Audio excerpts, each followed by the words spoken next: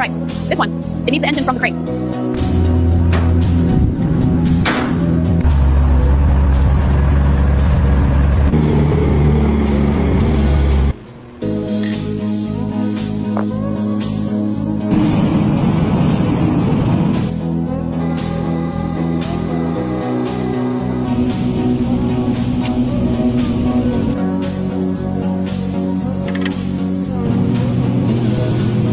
Nineteen 0.3. Okay. Fits like a glove. Look at that perfect curvature, ready to shape.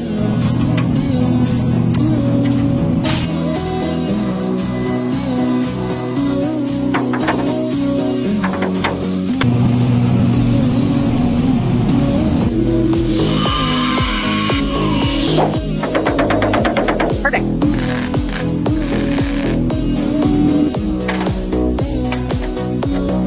Okay, that's point one, and that aligns perfectly. Checking point two now. Confirmed, it's straight.